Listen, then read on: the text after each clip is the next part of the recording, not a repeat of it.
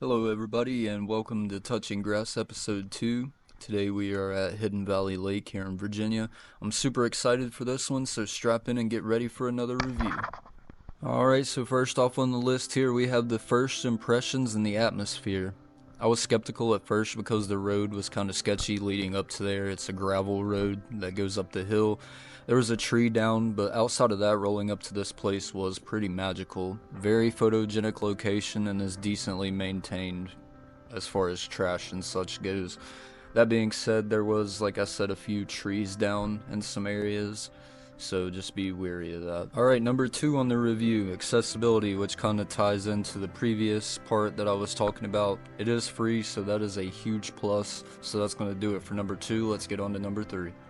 Number 3, location layout. This is an in and out, so there is no loop around the area that you can like drive around or anything like that. There are trails, there are man-made trails as well. That being said, I don't know if any of them actually loop around the entirety of the location. Obviously, I'm mainly kayaking in these videos.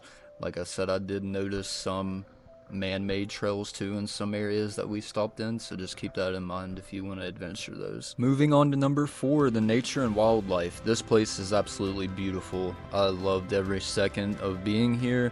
There was some snake skin that we had noticed, so just be cautious of snakes and such like that. I mean, it is the summertime, so just keep that in mind and be cautious of that.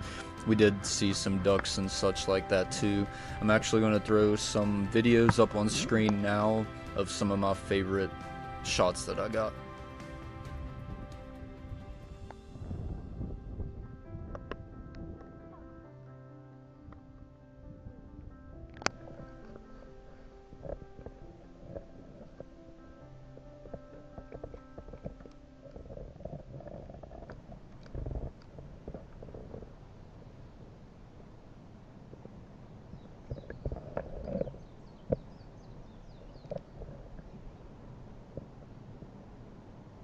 Alright, getting back into the review here at number 5, activities available.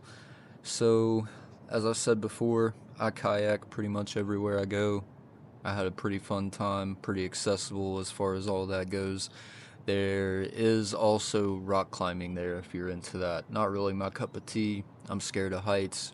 I'm meant to be on the ground. Moving on to number 6 here, the crowd and the vibe. So whenever we first actually got there, and about the first hour we were there was only one other person there.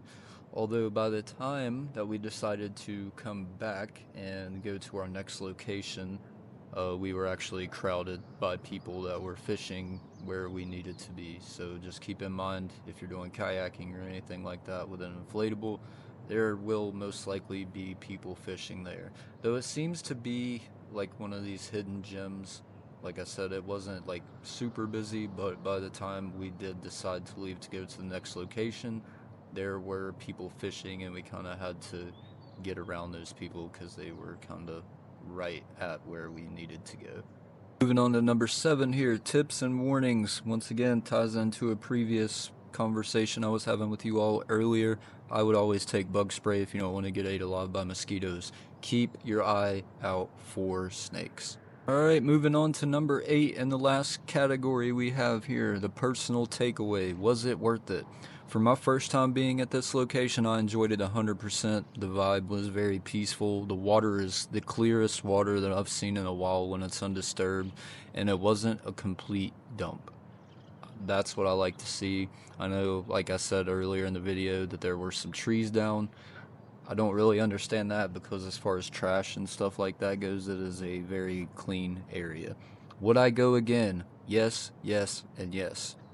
Who would I recommend it to? Anyone who is in or near Hansonville, Virginia. Like I said, I know getting up to this place can be a little bit sketchy, especially in like a car or something like that, but if you have never been here, I highly suggest it. There's just something majestic to me about there being a lake on top of the mountains here. It's just something that I've never seen in my 28 years of being alive anyway. And for the rating, I'm going to give it a solid 4. Though it was very pretty and I had an amazing time, I am kind of concerned with, once again, the upkeep. There was a whole tree, like I said, downed in the road. Outside of that, though, the place is beautiful. 100% would go back again. I appreciate all of you for popping out for another review. I'm loving doing these videos, so if you haven't already, like, comment, subscribe, and I will see you all in episode number 3. Peace.